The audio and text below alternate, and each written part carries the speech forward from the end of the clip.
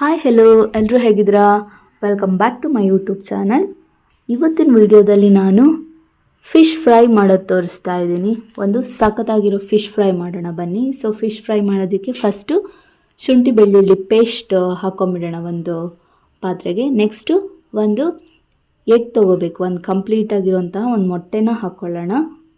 So ತುಂಬ ಚೆನ್ನಾಗಾಗುತ್ತೆ, ತುಂಬ ಫಾಸ್ಟಾಗಿ ತುಂಬ ಬೇಗ ಮಾಡೋದು ಹೇಗೆ ಅಂತ ತೋರಿಸ್ಕೊಡ್ತೀನಿ. ಸೊ ಈಗ ಇದಕ್ಕೆ ಚಿಲ್ಲಿ ಪೌಡರ್ ಆ್ಯಡ್ ಮಾಡಬೇಕು. ನನ್ನ ಮಗ ಹೇಳ್ಕೊಡ್ತಾ ಇದ್ದಾನೆ ಹೇಗೆ ಮಾಡಬೇಕು ಅಂತ. ಚಿಲ್ಲಿ ಪೌಡರ್ ಹಾಕಬೇಕು, ನಿಮ್ಗೆ ಖಾರಕ್ಕೆ ಎಷ್ಟು ಬೇಕೋ ಅಷ್ಟು. ಹಾಗೆ ಧನಿಯಾ ಪೌಡರ್ ಹಾಕೋತೀನಿ. ಹಾಗೆ ನಾನು ಇಲ್ಲಿ ಪೆಪ್ಪರ್ ಪೌಡರ್ ಹಾಕ್ತೀನಿ.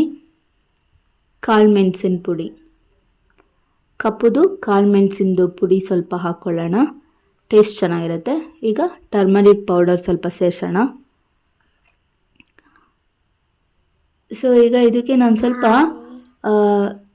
ಡಿಫ್ರೆಂಟಾಗಿರಲಿ ಅಂತ ಒಂದು ಸ್ವಲ್ಪ ಚಿಕನ್ ಮಸಾಲ ಹಾಕೋತಾ ಇದ್ದೀನಿ. ಸೊ ಹಾಗೆ ಸ್ವಲ್ಪ ಚಿಕನ್ ಮಸಾಲ ಆದ ನಂತರ ಫಿಶ್ ಮಸಾಲ ಸ್ವಲ್ಪ ಹಾಕ್ಕೊಳ್ಳೋಣ. ಕೆಲವ್ರಿಗೆ ಇದು ಎಲ್ಲ ಬೇಡ ಅಂತ ಅನಿಸುತ್ತೆ, ಪ್ಯಾಕೆಟಲ್ಲಿರೋದೆಲ್ಲ. ಅಂದರೆ ನಾವು ಅಂಗಡಿಯಿಂದ ತೊಗೊಬಂದಿರ್ತೀವಲ್ಲ ಆ ಪ್ಯಾಕೆಟ್ದು ಎಲ್ಲ ಬೇಡ ಅನಿಸಿದ್ರೆ ನೀವು ಬೇಡ ಅಂದರೆ ಸ್ಕಿಪ್ ಮಾಡ್ಬೋದು. ನಾನೀಗ ಸ್ವಲ್ಪ ಉಪ್ಪು ಹಾಕಿದ್ದೀನಿ, ಸಾಲ್ಟ್ ಸೇರಿಸ್ಕೊಂಡಿದ್ದೀನಿ. ಹಾಗೆ ಲೆಮನ್ ಹಾಕ್ಕೋಬೇಕು, ಒಂದು ಕಂಪ್ಲೀಟಾಗಿರೋಂತಹ ಲೆಮನ್ ಫುಲ್ ಸೇರಿಸ್ಕೊಳ್ಳೋಣ.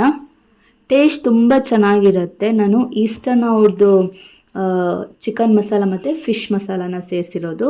ಕಬಾಬ್ ಈಗ ಇಲ್ಲಿ ನೋಡಿ, ಇದು ಈ ಕಾಟ್ಲಾ ಫಿಶ್ನ ಚಂದ ಮಾಡಿ ಕಲಸಿಡೋಣ.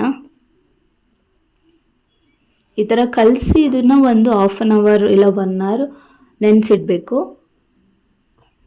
ಚಂದ ಮಾಡಿ ಕಲಿಸ್ಬಿಟ್ಟು ಈಗ ಆಗಿದೆ 1 ಅವರ್. ಈಗ ಒಂದು ಪ್ಯಾನ್ ಇಟ್ಬಿಟ್ಟು ಅದರಲ್ಲಿ ತವಾ ಫ್ರೈ ಮಾಡೋಣ. ಪ್ಯಾನ್ ಬಿಸಿಯಾಗಿದೆ. ಸೊ ಈಗ ಇಲ್ಲಿ ಒಂದೊಂದೇ ಹಾಕ್ಬಿಡೋಣ. ಫಿಶ್ ತವಾ ಫ್ರೈ ತುಂಬ ಚೆನ್ನಾಗಿ ಬಂದಿದೆ, ನೀವು ಸಹ ಒಂದ್ಸತಿ ಟ್ರೈ ಮಾಡಿ. ಸೊ ನಿಮಗೆ ಚಿಕನ್ ಮಸಾಲ ಮತ್ತು ಅದು ಫಿಶ್ದು ಮಸಾಲ ರೆಡಿದು ಪ್ಯಾಕ್ದು ಬೇಡ, ನಾವು ಹಾಕೊಳ್ಳೋಕೆ ಇಷ್ಟ ಇಲ್ಲ ಅಂದರೆ ಸ್ವಲ್ಪ ಕಾರ್ನ್ಫ್ಲೋರ್ ಬೇಕಿದ್ರೆ ನೀವು ಸೇರಿಸ್ಕೋಬೋದು. ಕಾರ್ನ್ಫ್ಲೋರ್ ಸೇರಿಸ್ಕೊಂಡು ಚಿಲ್ಲಿ ಮತ್ತು ಧನಿಯಾ ಪೌಡರ್ ಮತ್ತು ಪೆಪ್ಪರ್ ಪೌಡರ್ ಜೊತೆಗೆ ನೀವು ಮಿಕ್ಸ್ ಮಾಡಿಕೊಂಡು ಸಹ ಮಾಡ್ಕೋಬೋದು.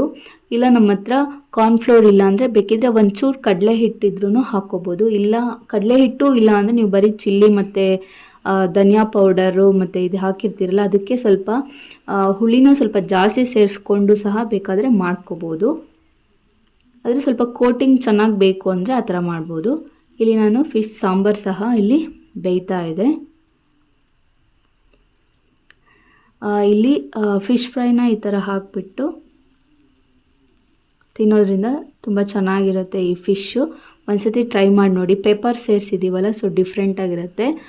ಚಿಕನ್ ಮಸಾಲ ಮತ್ತು ಫಿಶ್ ಮಸಾಲ ಸೇರಿಸಿರೋದ್ರಿಂದ ತುಂಬ ಚೆನ್ನಾಗಿ ಬರುತ್ತೆ. ಈಸ್ಟರ್ನ್ ಅವ್ರದ್ದು ಟೇಸ್ಟು ತುಂಬ ಚೆನ್ನಾಗಿದೆ. ಸೊ ಹಾಗಾಗಿ ಸೇರಿಸ್ಕೊಂಡಿದ್ದೀನಿ.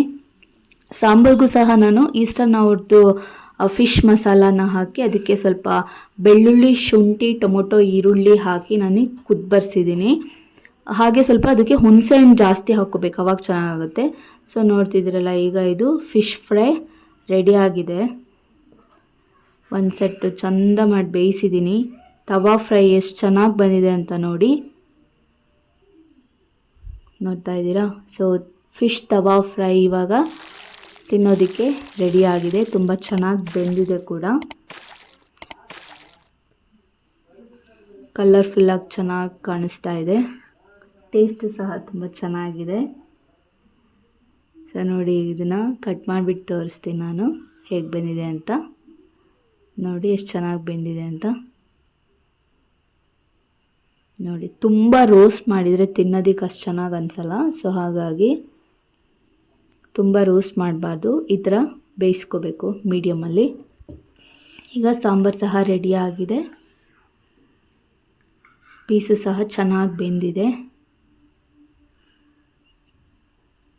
ಟೇಸ್ಟ್ ಅಂತೂ ತುಂಬ ಚೆನ್ನಾಗಿ ಬಂದಿದೆ. ಇದನ್ನು ನೀವು ರೈಸ್ ಜೊತೆಗೆ, ಚಪಾತಿ ಜೊತೆಗೆ, ಹಾಗೆ ಕಡ್ಬಿನ ಜೊತೆಗೆಲ್ಲ ತಿನ್ಬೋದು. ನೋಡ್ತಿದ್ದೀರಲ್ಲ.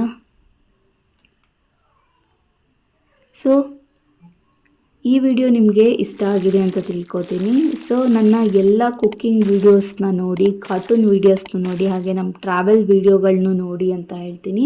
ಇನ್ನೂ ಯಾರ್ಯಾರು ನಮ್ಮ ಚಾನಲ್ನ ಸಬ್ಸ್ಕ್ರೈಬ್ ಮಾಡ್ದೇ ಹಾಗೇ ವೀಡಿಯೋಸ್ ನೋಡ್ತಾ ಇದ್ದೀರಾ, ದಯವಿಟ್ಟು ನಮ್ಮ ಚಾನಲ್ನ ಸಬ್ಸ್ಕ್ರೈಬ್ ಮಾಡಿ ಅಂತ ನಿಮಗೆ ಹೇಳ್ತೀನಿ.